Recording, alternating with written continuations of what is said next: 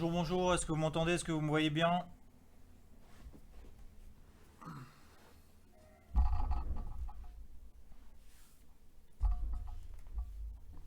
Salut Christophe, salut Eric. Bon, vous veuillez m'excuser de la minute de retard. J'ai eu plein de mises à jour, XSplit, machin, etc. Et pour tout vous avouer, je me suis un peu bloqué le dos ce matin, un peu beaucoup d'ailleurs. Donc du coup, j'ai un peu de mal de me traîner jusque-là. Salut Wendy.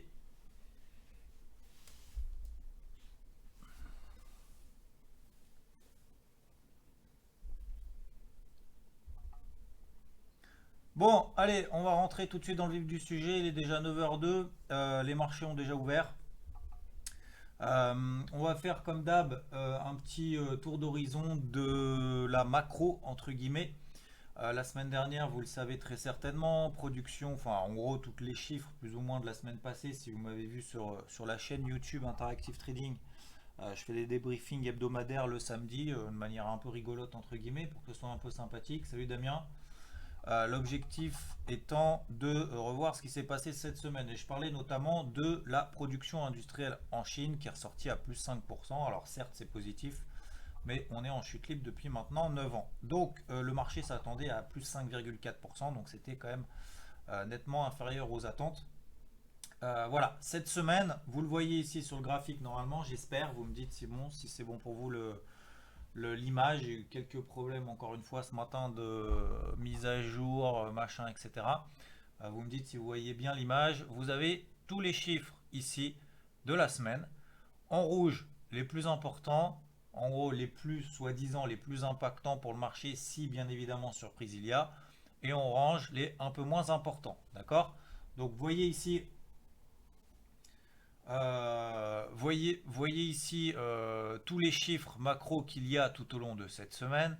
Il y en a énormément. Il y a déjà Draghi qui parle aujourd'hui. Il y a le Zoo en Allemagne demain. Il y a date très important mercredi le FOMC. Pourquoi à votre avis est-ce que le FOMC c'est très important? Parce que vous savez que maintenant il y a une anticipation du marché de 3 3 baisses des taux directeurs. En fin d'année dernière, on ne prévoyait pas 3 baisses des taux, on prévoyait 2 hausses de taux. D'accord? Donc là, c'est changement radical des anticipations des opérateurs du marché, etc.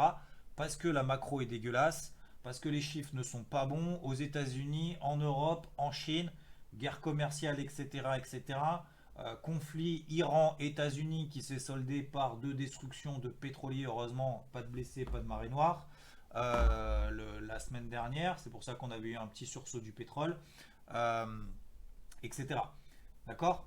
Donc, voilà un peu tout ce qu'il y a en ce moment. Les marchés, enfin en tout cas, les marchés, surtout les marchés obligataires, sont particulièrement tendus. Les taux s'effondrent et les marchés actions se satisfont du fait que les politiques, les banques centrales soient plus accommodantes. Plus accommodantes, ça veut dire quoi? Ça veut dire argent moins cher. Ok? Donc forcément, argent moins cher, entre guillemets, baisse de la devise en question, surtout d'ailleurs en dollars. Mais même si vendredi, je ne sais pas si vous l'avez vu, on va le voir juste après, on a eu le dollar qui a explosé. Et bien évidemment, effet inverse sur toutes les paires libellées en dollars, notamment l'or et l'eurodoll. Ok? Donc, cette semaine, rendez-vous très attendu, le FOMC, parce que c'est en fonction de ça, entre guillemets, que les opérateurs vont prendre un petit peu le pouls de savoir si la Fed va effectivement et dans une perspective de baisse des taux ou pas. Il y a 80% de chances que le 31 juillet, alors vous allez me dire, ouais, mais le 31 juillet, je ne suis pas devant. Alors ça dépend, bien évidemment, si vous faites du trading, de l'investissement ou pas. Mais le 31 juillet, c'est vraiment la date pour moi la plus importante parce qu'il y a 80% de chances, en tout cas le marché anticipe à 80% de probabilité de baisse des taux de la Réserve fédérale américaine. Et ce serait, je ne vais pas dire énorme parce que le marché l'anticipe, mais ce serait une confirmation de ce qu'attend le marché. Voilà. Et surtout, même au-delà des taux en eux-mêmes, c'est surtout le discours de Monsieur Powell, donc le président de la Réserve fédérale américaine, qui va vraiment driver ce qui va se passer par la suite sur les marchés. Ok. Alors, pas ce qui va se passer sur les marchés, mais en tout cas ce qui va se passer sur la politique monétaire. Ce qui veut dire que si il baisse les taux, ça veut dire que la conjoncture macro s'est quand même nettement dégradée en 6 mois. Okay, voire même en 2 mois, hein, puisqu'il y a un mois, on prévoyait même pas des baisses des taux pour le mois de juillet de manière aussi tôt dans l'année. Ok. Donc très attendu, mercredi soir, c'est vraiment le truc à pas louper, même s'il y a Plus belle la vie ou je sais pas quoi à la télé. Je sais pas si ça existe encore ou pas, enfin j'en sais rien. Mais voilà, il faut quand même jeter un œil de ce qui va se passer mercredi soir au moment où Powell il va s'exprimer. Ok. Donc voilà concernant les différents rendez-vous macro, même si vous en tapez de ce qui se passe sur la macro, excusez-moi, je suis un peu direct, hein, j'ai vraiment mal au dos et tout, j'ai envie d'aller direct dans le sujet, dans le vif du sujet. Euh, mais même si vous en fichez de ce qui se passe en termes de macro, machin, parce que pour vous c'est l'analyse technique, les cours, rien que les prix, etc. Parce que, et vous avez entièrement raison, que c'est les prix qui, comment dire, qui matérialisent ce que pense le marché. Je suis entièrement d'accord avec ça, mais il faut quand même un minimum être au courant qu'il y a la Boge jeudi, qu'il y a l'inflation au Canada si vous êtes sur une paire en CAD, donc par exemple le dollar, l'USD CAD par exemple. Vous avez également la Banque centrale d'Angleterre, etc., etc. Donc même si vous vous en tapez, vous devez avoir ça à côté, d'accord, pour dire, ok, à 9h30, il y a le DAX qui risque de très fortement bouger vendredi à 9h30, parce qu'il y a ça. Donc, ajustez vos positions à l'avant, vous ne mettez pas en levier max 3 minutes avant, etc., etc. Ok. J'espère que c'est bon pour tout le monde. Même si vous en fichez et même si vous ne comprenez pas à quoi ça sert de savoir si le PMI en Allemagne il est bon ou il n'est pas bon, au moins vous savez qu'à 9h30 ça va bouger, quoi. Ça c'est sûr. En tout cas, si surprise il y a. Bien évidemment, si c'est pile poil conforme aux attentes, ça va pas bouger. Mais ça vous prend 5 minutes d'éviter de faire des conneries quelques minutes avant. Ok. Voilà pour le tour d'horizon macro de manière assez simple et efficace, j'espère. Maintenant, euh, non, Pierre, merci de te soucier de ça. Non, malheureusement, non, j'aurais bien aimé. Mais c'est même pas ça, je sais pas. Ce matin, en descendant les escaliers, je me suis défoncé. Bref. Euh, alors, maintenant, sur les marchés. Alors, il y avait quelqu'un qui a posé déjà pas mal de questions, c'est Wendy. À l'annonce de Draghi 19h, est-ce qu'il faut trader l'euro contre une devise beaucoup plus faible à l'annonce de Draghi? Alors, je vais te répondre très simplement, Wendy, de manière très franche. Déjà, un, on ne peut pas savoir ce que va raconter Draghi. Deux, en fonction de ce qu'il raconte, le marché peut l'interpréter différemment. Ça peut être, en gros, pour faire très simple, Wendy, si Draghi baisse ses perspectives de croissance en Europe, ok, ça peut inciter la BCE à être, alors je peux pas dire plus accommodante que prévu parce que les taux ils sont déjà à zéro, donc ça va être compliqué de les baisser plus. Là on est déjà peut-être potentiellement en train de parler de QE, d'accord, le quantitative easing c'est en gros on lâche des billets, on imprime la machine à billets pour faire très simple, pour imager un peu le truc, pour que les banques puissent se financer à taux, à taux pas cher, c'est-à-dire que même on leur donne de l'argent s'ils empruntent. D'accord. C'est un petit peu le concept en ce moment. Ok. Donc, de réinjecter sur l'économie en fonction, enfin pour les entreprises, pardon, et pour les particuliers. D'accord. Donc, augmenter le crédit pour pouvoir relancer la machine économique, etc. Relancer l'inflation et tout ce que vous voulez. Donc, la hausse des prix, machin. Donc déjà, on ne peut pas savoir à l'avance ce qui va se passer. Première raison. Deuxième chose, enfin, je, je- je n'incite à rien. Vous faites comme vous voulez. Je ne trade jamais pendant que quelqu'un, un politique monétaire, un banquier central est en train de parler. Je le dis en connaissance de cause. Je l'ai fait quand j'étais beaucoup plus jeune, entre guillemets, même si je ne suis pas très vieux. Euh, pendant les discours, et notamment lorsqu'il y avait les rendez-vous de la Fed qui étaient très très importants et qui influençaient de manière énorme le marché, ne traite pas pendant que un banquier central parle, parce que ça fait... Voilà. Donc si tu as envie de te faire arracher, je te conseille de le faire. Si tu as envie que ça aille très très vite et sans savoir ce que ça va faire, je te conseille aussi de le faire. Si tu as une approche plutôt prudente, c'est-à-dire de euh, prendre acte, d'attendre que le discours soit terminé pour pouvoir trader sur le marché, alors à mon avis et de manière prudente, je pense que ça ne sert à rien de trader pendant que quelqu'un parle. Voilà. Je suis assez direct, mais je vous donne simplement mon expérience. Après, vous faites comme vous le sentez. Question à nouveau de Wendy. Comment sélectionnes-tu ce que tu vas trader pour aujourd'hui? Alors justement, on va faire le tour.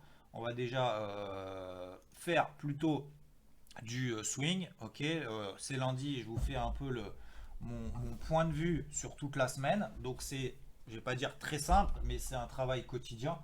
D'accord. Salut David. Premièrement, de savoir, est-ce que c'est bon là pour le point de macro? Vous avez des questions ou pas? Buy stop, sell stop et c'est bouclé. Non, pas du tout, Wendy. Bah, je te conseille de le faire, Wendy. Je te conseille de le faire, Wendy, en compte démo. Fais-le mercredi soir, de trader pendant le discours de Monsieur Powell et tu me donnes le résultat après, qu'il soit bon ou qu'il soit mauvais. Ok? Et encore en compte démo, t'as pas l'exécution de, t'as pas les exécutions réelles avec les écartements de spread plus la réactivité de ta plateforme. Voilà. Après, faites comme vous voulez, mais non, c'est du casino. Sincèrement, c'est du casino de trader pendant un discours de banquier central. C'est du casino. Moi, je suis pas là pour vous dire, vous vendre du rêve. Je suis là simplement pour vous tirer de mon expérience. Voilà. Euh, Bonne chance à toi. Voilà, pour moi, c'est du loto, c'est du casino, c'est du pif. En disant, ah, ça monte, j'achète. Ça baisse, je vends, et puis en fait, tu te fais arracher sur des mèches. Voilà, je te donne simplement mon expérience. Ça fait 15 ans que je fais ça. Ça fait 15 ans que travaille plus. Je l'ai fait, je m'y suis risqué. Que je travaille plus pendant les. Que je travaille plus. Enfin, que je trade plus du coup pendant les discours des banquiers centraux. Voilà. Bonne chance. Sébastien, salut à toi. Donc maintenant, concernant ce que je vais faire de manière un peu plus prudente et de manière un peu plus raisonnée, concernant les indices. Alors, moi j'ai deux choses qui sont en train de se matérialiser. Le CAC a ouvert, on est en gros à plus 0,1. Le DAX est à 0. L'IBEX est à 0, etc. Tout est à 0. En gros, ça fait une semaine. Je ne vais pas dire qu'il ne se passe plus rien, mais il y a plus de volatilité. Donc, il n'y a plus de volatilité pour plusieurs raisons, parce que le marché est en train de se chercher. Les anticipations sur les marchés obligataires sont très pessimistes. Les anticipations sur les marchés des actions sont optimistes. Donc il y a une différence vraiment entre les opérateurs obligataires et les opérateurs des marchés actions. Tout simplement parce que sur les marchés des actions, beaucoup estiment que les entreprises sont bien valorisées et sont, comment dire, en termes de santé économique, sont finalement pas si mal que ça. Donc, et en plus de ça, on a les perspectives de baisse des taux, on est donc dans des perspectives de politique monétaire d'anticipation, de politique monétaire accommodante, et des niveaux de valorisation qui sont finalement pas si élevés que ça en fonction de l'économie, en fonction de ce qu'on a connu pardon, il y a plusieurs années. Ok.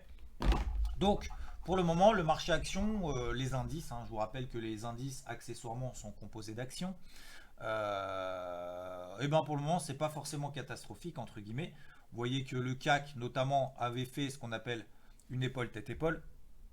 Ok, une épaule, tête, deuxième épaule, ligne de coup, on passe sous la ligne de coup, on gappe à la baisse, tout de suite on rachète. Ok, donc invalidation quasiment le jour même de cette fameuse épaule tête épaule en swing. Maintenant, qu'est-ce qui se passe? Pour moi, j'ai deux choses très importantes. La semaine dernière, c'est ce que j'ai fait. Alors, on n'était pas ensemble lundi dernier parce que c'était lundi de Pentecôte.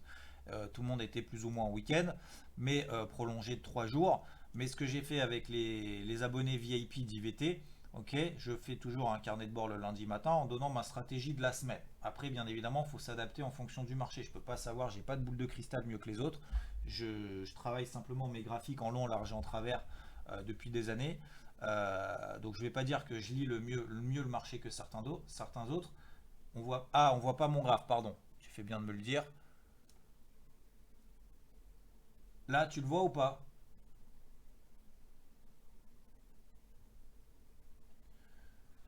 Merci Nicolas de me l'avoir dit. Les autres, je sais pas. Salut Pierre. C'est bon, vous voyez mon graphe?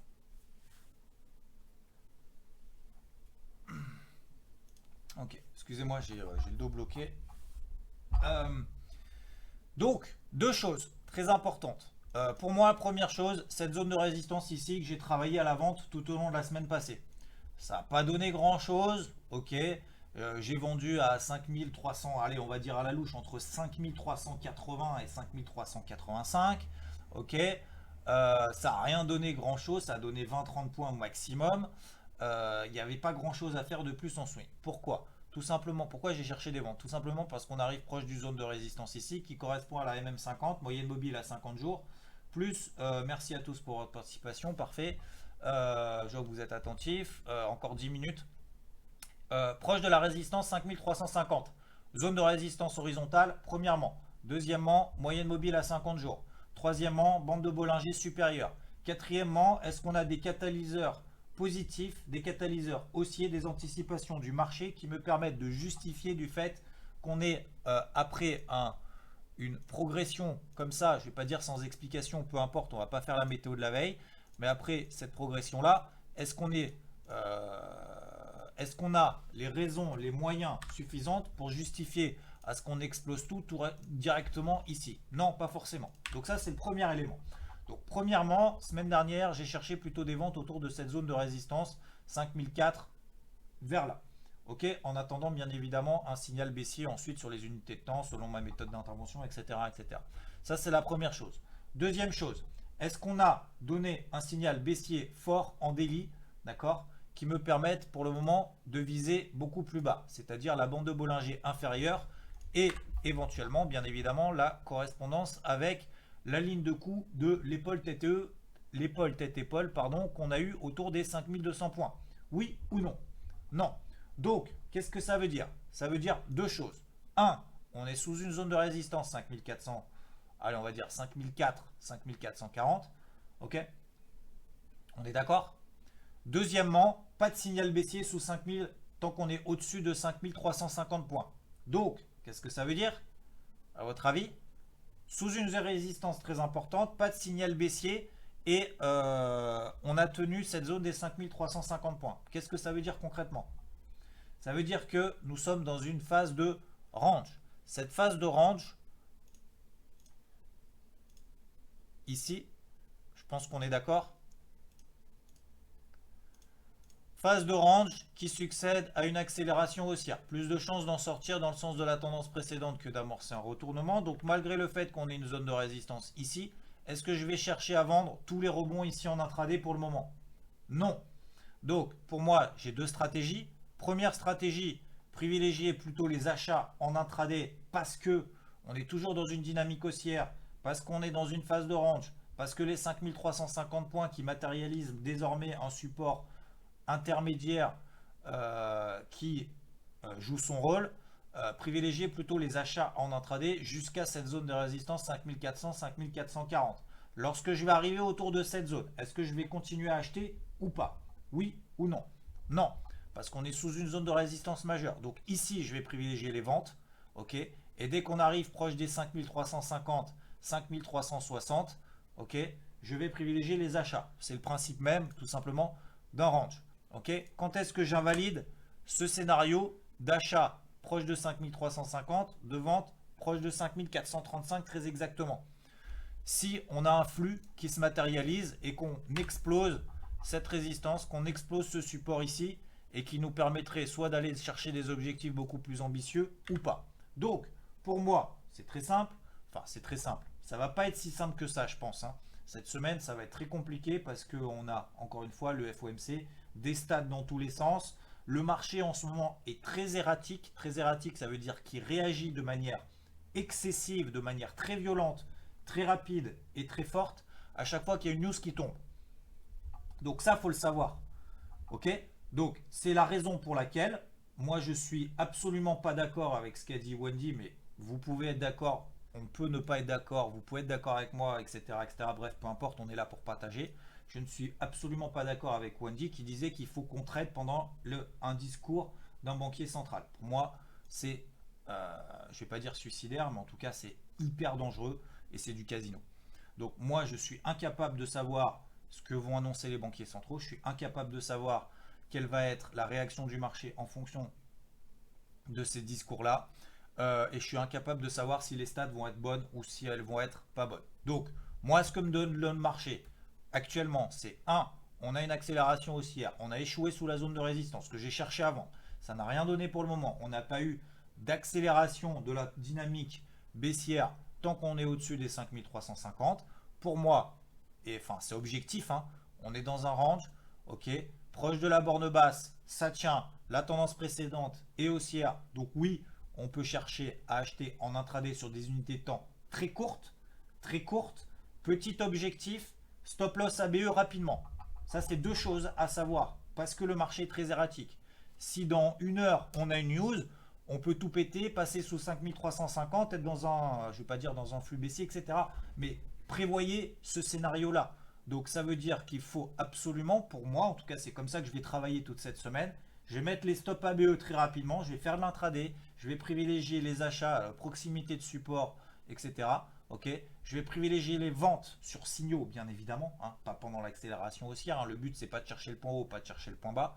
Le but, c'est d'attendre de voir si le marché réagit sur cette zone. Le marché réagit, me donne un petit signal baissier, je prends une vente, je mets mon stop au-dessus des plus hauts qu'on aura fait, en dessous des plus bas qu'on aura fait si je suis à l'achat proche de cette zone-là. Ok, je mets mon stop ABE et puis après, le marché décide. Point barre. Je ne peux pas, à l'heure actuelle, vous dire si on va péter 5350 et qu'on va aller là. J'en suis incapable. Si quelqu'un veut le faire, qu'il le fasse. 5350 jusqu'à 5002, je n'en sais rien. Je ne sais pas si à la fin de la semaine, on sera là-haut. On est dans un marché d'indécision. Ok. Donc, ça vous aide. Peut-être pas, parce qu'il y en a peut-être certains qui se disent, moi je veux savoir maintenant, tout de suite, 9h24, si je dois acheter, que ça va monter ou si je dois vendre. Parce que je pense que ça va baisser, je n'en sais rien. Encore une fois, l'objectif, c'est pas d'avoir raison sur le marché, c'est d'essayer d'exploiter les opportunités, les probabilités de réussite sur un trade.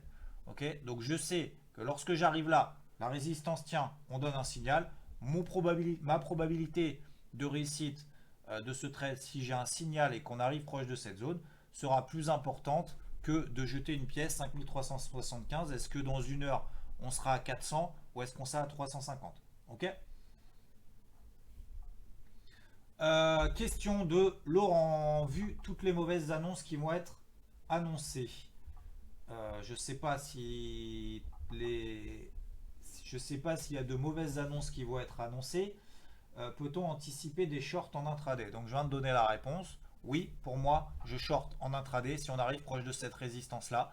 J'attends qu'on arrive proche de cette zone. J'ai un signal baissier proche de cette zone. Je prends une vente. Exposition très faible, d'accord? Parce que mercredi, il y a la banque centrale de la Fed, pardon, la banque centrale américaine. Ok? Ça vous semble cohérent? Est-ce que ça vous semble clair? Est-ce que ça vous aide dans vos plans de trading de la semaine ou pas? Ça, c'est une question très importante que je dois vous poser parce que sinon, tout ce que je viens de dire, ça sert à rien. Et l'objectif, c'est que ça vous serve quand même un minimum à quelque chose. Voilà. Comment trader quand on arrive vers les plus hauts historiques?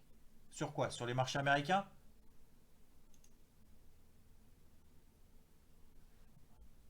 Antoine? Sur les marchés américains?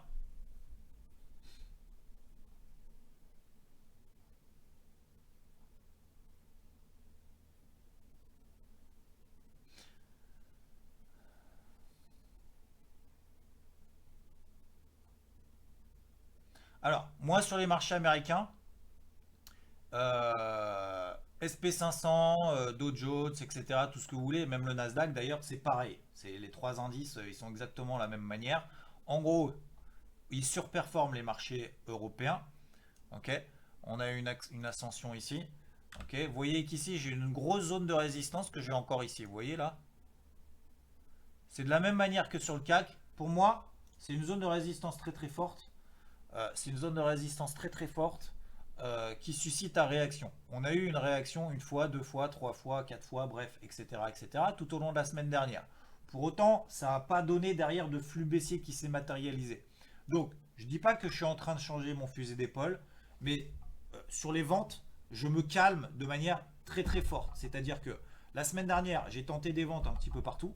Ok, ça a payé, j'ai pris des bénéfices partiels, etc. Très bien, ok, super, mais ça n'a pas donné des centaines de points ou quoi que ce soit. Tout simplement parce que pour le moment, le marché est dans une phase sur les marchés, les actifs risqués. D'accord, les actions sont des actifs risqués. Ok, les indices, bien évidemment, sont composés, c'est un panier d'actions. Donc voilà, c'est pas un actif en tant que tel, c'est un support d'investissement, un support de trading. Euh, Qu'est-ce que je voulais vous dire? Oui, la semaine dernière, ça a fonctionné partiellement. Cette semaine, maintenant qu'on a tenu des zones support intermédiaires fortes, est-ce que je vais m'entêter à vendre alors que dans les phases de consolidation horizontale, on a plus de chances de sortir en termes de probabilité de réussite? Dans quel sens? A priori. Je dis bien a priori, je parle de probabilité de réussite. Je ne dis pas qu'on a 100% de chance qu'on explose tout par le haut. La probabilité est plus importante qu'on en sorte par le haut. Ok? La semaine dernière, j'ai vendu tout simplement parce que je cherchais à vendre, tout simplement parce qu'on était proche de cette zone de résistance qui tient encore d'ailleurs. Donc, vous voyez ici, mes zones, alors d'ailleurs, je vais la relever ici, mais mes zones d'alerte de vente, mes zones d'alerte pour chercher des ventes de manière appuyée sur le marché, notamment sur le marché américain, elles se trouvent par exemple sur le Dow Jones autour des 26 000. Sur le SP500, je vais prendre tout simplement les plus bas de la bougie du jour. Alors là, je suis sur les, je crois, sur les CFD des FXM, mais peu importe, c'est pareil. Vous prenez même sur le SP500 cash, c'est exactement la même chose, hein. Hop, voilà. Vous prenez cette phase de range là, vous prenez les plus bas, 2880, 2875, 2880, tac, hop, c'est autour de cette zone des 2880, 2875. Si on repasse là en dessous, pour moi, je rechercherai éventuellement, si jamais on a des signaux baissiers daily, des ventes à ce moment-là. Ok, sur le CAC, c'est exactement la même chose. C'est-à-dire que sur le CAC cash, regardez, 5350. Là, on peut chercher des achats en intraday parce que ça tient, on a fait ce qu'on appelle, ce matin, qu'est-ce qu'on a fait sur le cash, sur le CAC? Qu'est-ce qu'on a fait ce matin comme type de bougie daily? On a fait un open égal plus bas. Donc ça veut dire quoi? Ça veut dire que 1, on a tenu les 5350. 2, la tendance précédente haussière est préservée. Elle n'est pas invalidée. 3, on est dans une phase de range où on a plus de chances d'en sortir par le haut. 4, est-ce qu'on est proche de la zone de résistance ou pas? Non. Donc oui, on peut privilégier les achats en intraday. C'est tout à fait légitime, justifié et en termes de probabilité de réussite a priori importante. On est d'accord, c'est quand même relativement objectif. Par contre, si on pète les 5350, qu'on passe sous les plus bas de la semaine dernière, le marché va se souvenir, va se dire merde, on est passé sous les plus bas de la semaine dernière, on peut aller effectivement, on pète cette zone-là, j'arrête les achats, je privilégie à ce moment-là les shorts intraday. Voilà pour moi la stratégie. Ça, c'est la première chose. Sur le SP500, sur les indices américains, c'est exactement la même chose.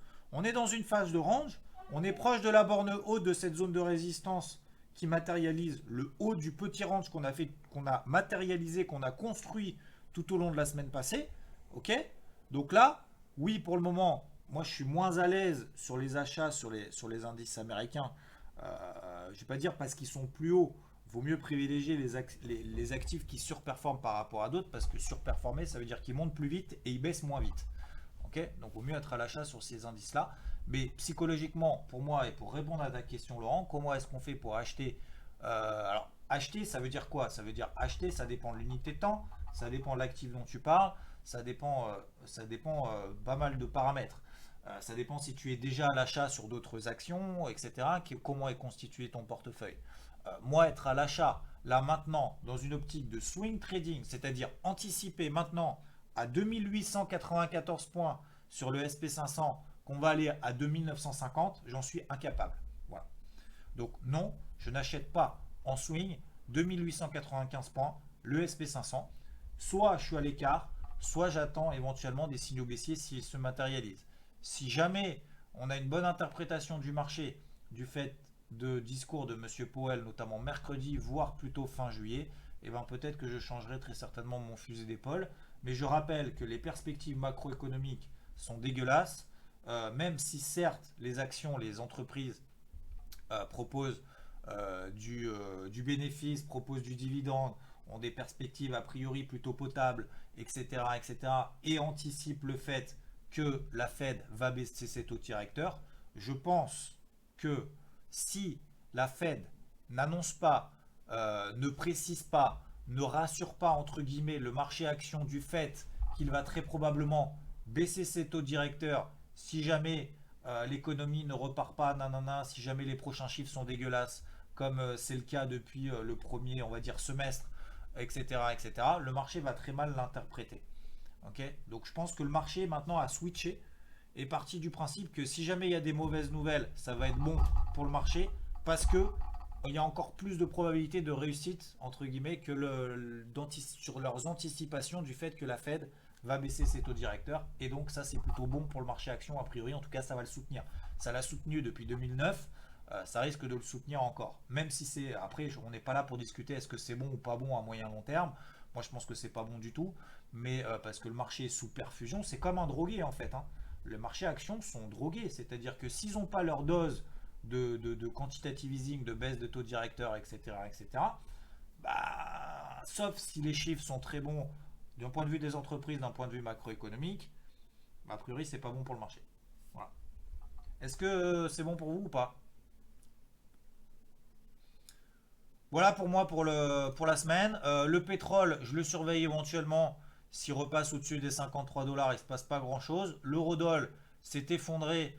Je vais chercher des achats plutôt à nouveau sur les 1,1120. Ça fait maintenant 2 mois, 3 mois quasiment que je donne toujours la même stratégie. 1,1120 j'achète, 1,1120 j'achète. Nanana. J'ai toujours un petit achat qui traîne à 1,1197, j'ai mon stop à ABE, on verra ce que donne le marché à ce moment-là. Euh, Analyse sur le DAX, alors vous voulez le DAX, le DAX, le DAX. Le DAX, c'est exactement la même chose que sur le CAC. On est, regardez, tendance haussière, on est sorti par le bas, etc., etc. On est en train de faire un pullback proche de la borne basse d'un canal ascendant. Ok, première chose. Deuxième chose, est-ce qu'on est proche de la borne haute daily ou proche de la borne basse ou milieu?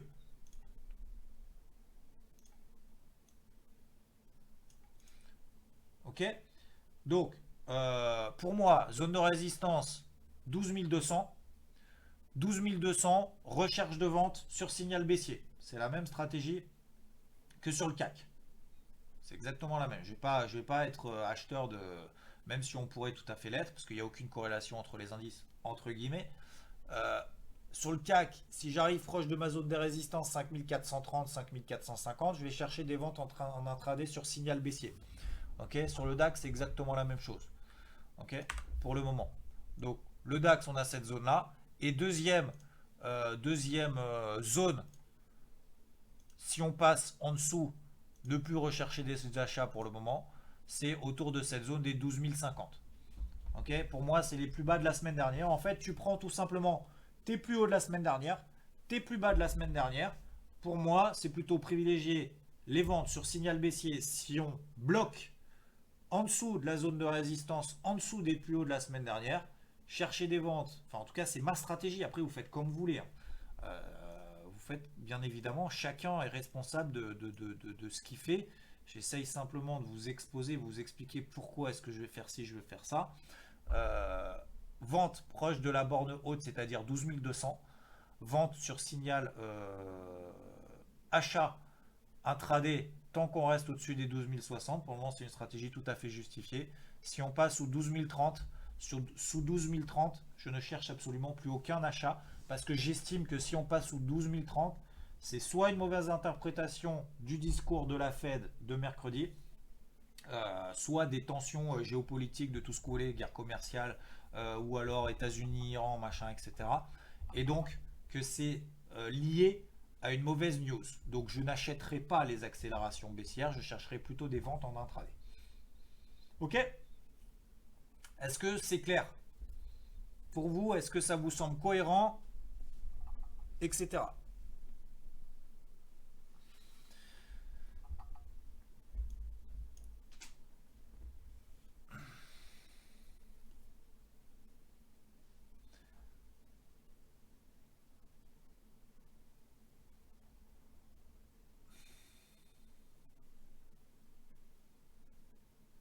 Il y a un temps de latence sur les lives Facebook absolument monstrueux.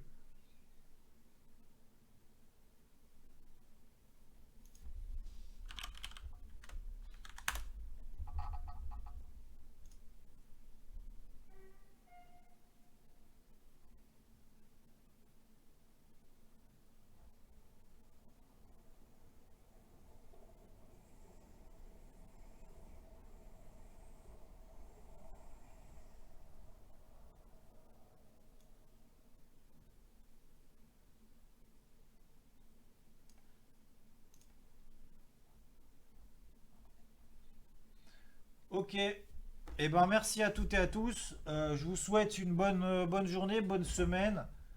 Faites gaffe, tradez pas les news, jouez pas au plus fort, au plus malin à mon avis. En tout cas, moi je vais pas jouer au plus malin. Faites attention aux anticipations, aux convictions trop fortes. Essayez simplement d'exploiter ce que vous donne le marché en termes de flux. Essayez d'exploiter vos niveaux, vos zones de résistance, de support. Pour le moment, on est dans un marché de range. La semaine dernière, on était dans un marché de range. Pour le moment, on est en marché de range. Tant qu'on n'en sert pas, vaut mieux privilégier les ventes en haut, privilégier les achats en bas. Pour le moment, le flux précédent est haussier. On a fait une phase de stabilisation. On a tenu, on a créé, on a construit des zones pour le moment, notamment sur le DAX, puisque c'est l'actif qui vous intéresse le plus, a priori. On a donné des indications que pour le moment, il n'y a absolument aucun signal de retournement baissier. Donc, voilà, on a d'un côté une zone de résistance très très forte au-dessus de la tête sur les marchés US, sur l'Europe, etc., etc. Mais en intraday, pour le moment, on n'a aucun signal pour le moment d'accélération baissière ou quoi que ce soit, malgré le fait que les chiffres macro soient dégueulasses, etc., etc. Ok?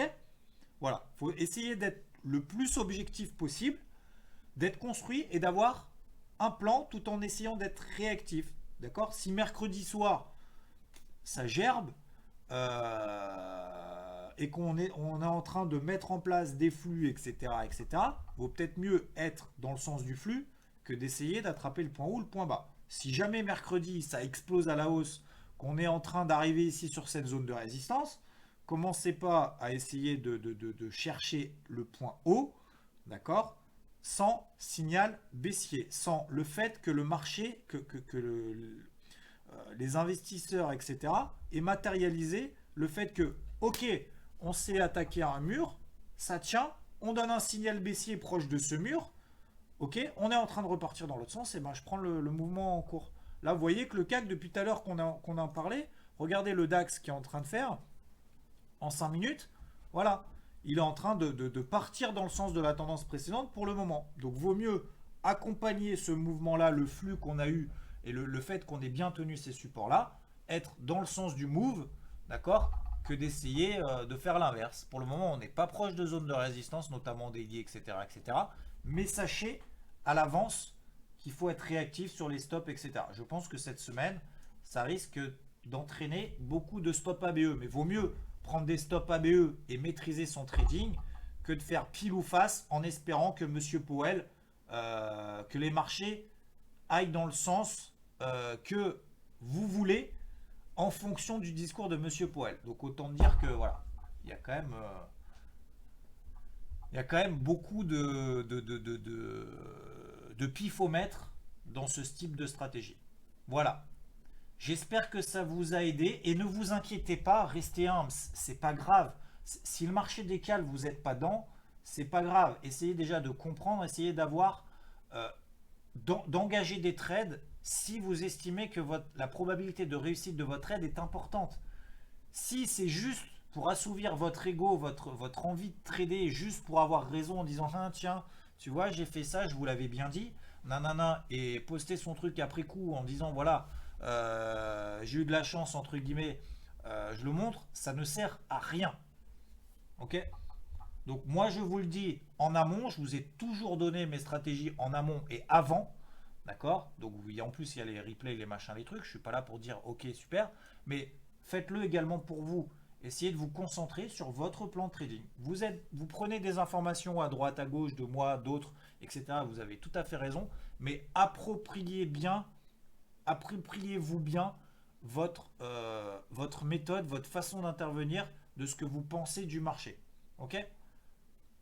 Ne suivez pas bêtement quelqu'un, ne soyez pas frustré si vous n'avez pas pris un mouvement, n'essayez pas de faire mieux que le voisin, etc., etc. On est dans un monde animé par les réseaux sociaux, moi je, moi je, moi je.